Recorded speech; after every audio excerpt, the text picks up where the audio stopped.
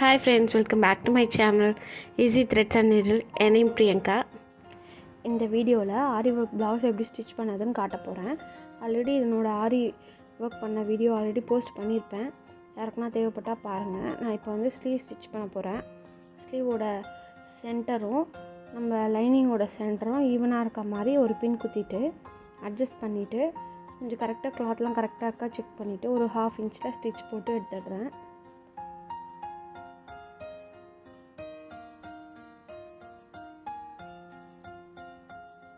Sorry, lighting ஏதோ இஷ்யூவாக இருக்குது போல், colour மாறி மாறி வருது. கரெக்டாக வச்சுட்டு இந்த ஓரத்துலேயே இன்னொரு ஸ்டிச்சும் போட்டு எடுத்துக்கிறேன்.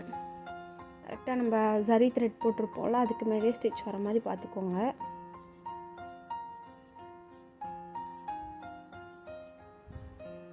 இப்போ போட்டுவிட்டேன். இந்த இடம் எனக்கு கொஞ்சம் நாளாக ஸ்டிஃபாக இருக்கும்.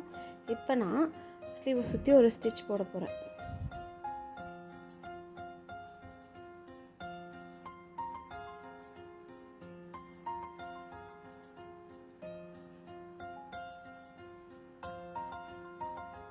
அவ்வளோதான், நான் ஃபுல்லாக முடிச்சிட்டேன்.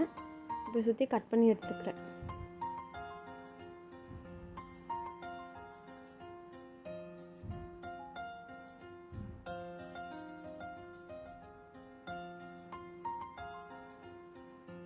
அவ்வளோதான், நான் முடிச்சிட்டேன். இப்போ வந்து பேக் நெக் ஸ்டிச் பண்ண போகிறேன். பேக் நெக்கு நம்ம சென்டர் பார்த்து நம்ம லைனிங்கை வச்சுட்டு ஓப்பன் பண்ணிவிட்டு 2 பக்கம் ஷோல்டர்லாம் ஈவனாக இருக்கான்னு செக் பண்ணிவிட்டு அதுக்கப்புறமா பின்லாம் குத்திட்டு நம்ம ஸ்டிச் பண்ண ஆரம்பிச்சிடலாம்.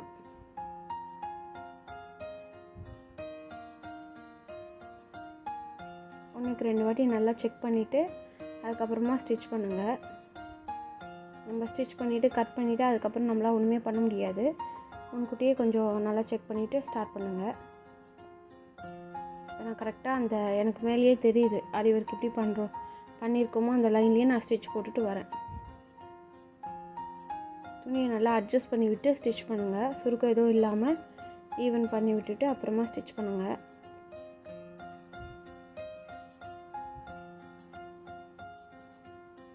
கரெக்டாக அந்த சரி த்ரெட் லைன்லேயே நான் ஒரு ஸ்டிச் போட்டு எடுத்துட்டேன்.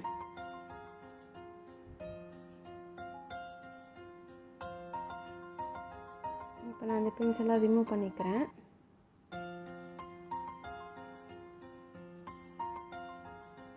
ஷோல்டர் 2 ஈவனாக இருக்கான்னு செக் பண்ணிவிட்டு எனக்கு எல்லா சைடும் ஈவனாக இருக்கான்னு செக் பண்ணிவிட்டு நான் இப்போ சுற்றி கட் பண்ணிக்கிறேன். எந்த அளவுக்கு தேவையோ அந்தளவுக்கு கட் பண்ணிக்கிறேன். கட் பண்ணி முடிச்சிட்டேன். இப்போ நான் என்ன பண்ண போகிறேன்னா, நெக் லைனில் ஒரு 1/4 இன்ச் விட்டுருக்கல, அந்த இடத்துல குட்டி குட்டி நாட்சஸ் போட்டு எடுத்துக்கிறேன். ஃபுல்லாக காமிச்சா ரொம்ப லென்த்தாக போகிறதுனால ஒரு சில இதை கட் பண்ண வேண்டியதாக இருக்குது. நான் முடிச்சிட்டேன். இதுலேயும் நான் ஒரு எட்ஜ் தையல் போட்டு எடுத்துக்கிறேன்.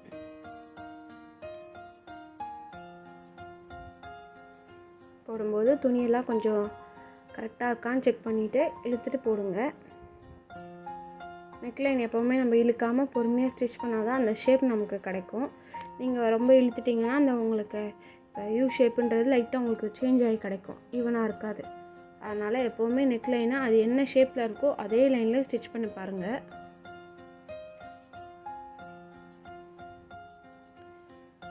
இந்த ப்ளவுஸ் நான் ஸ்டிச் பண்ணி கஸ்டமருக்கும் கொடுத்துட்டேன். அவங்களும் ரொம்ப ஹாப்பி, நல்லா இருக்குன்னு சொன்னாங்க. எந்த ஒரு ஆல்ட்ரேஷனும் வரல, அதுவே எனக்கு பெரிய ஹாப்பியாக இருந்துச்சு. இப்போ நான் முடிச்சிட்டேன். பேக் சைடில் சுற்றி ஸ்டிச் பண்ணிக்கிறேன். கரெக்டாக ஒரு 1/4 இன்ச் அளவில் நம்ம தையல் போட்டு எடுத்துக்கலாம்.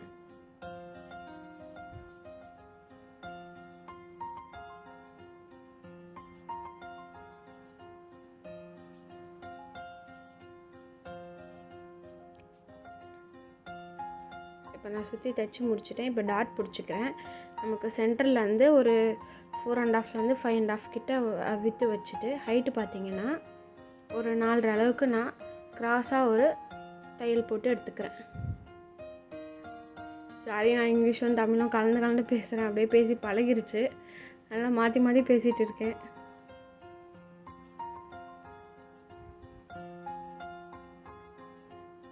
நல்லா கிராஸாக போடுங்க, அப்போ தான் உங்களுக்கு பார்க்க நீட்டாக இருக்கும்.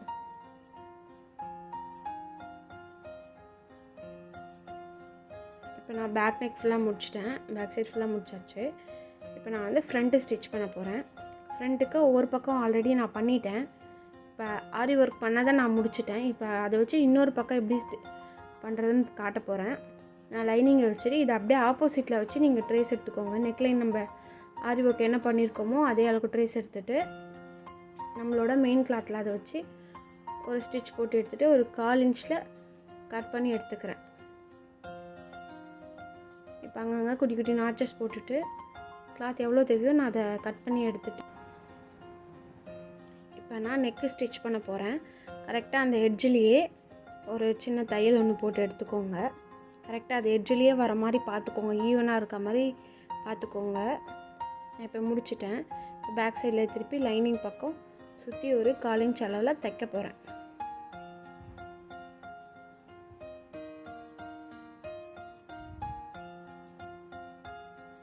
இப்போ நான் எக்ஸ்ட்ரா உள்ள கிளாத்தெல்லாம் கட் பண்ணி எடுத்துடுறேன்.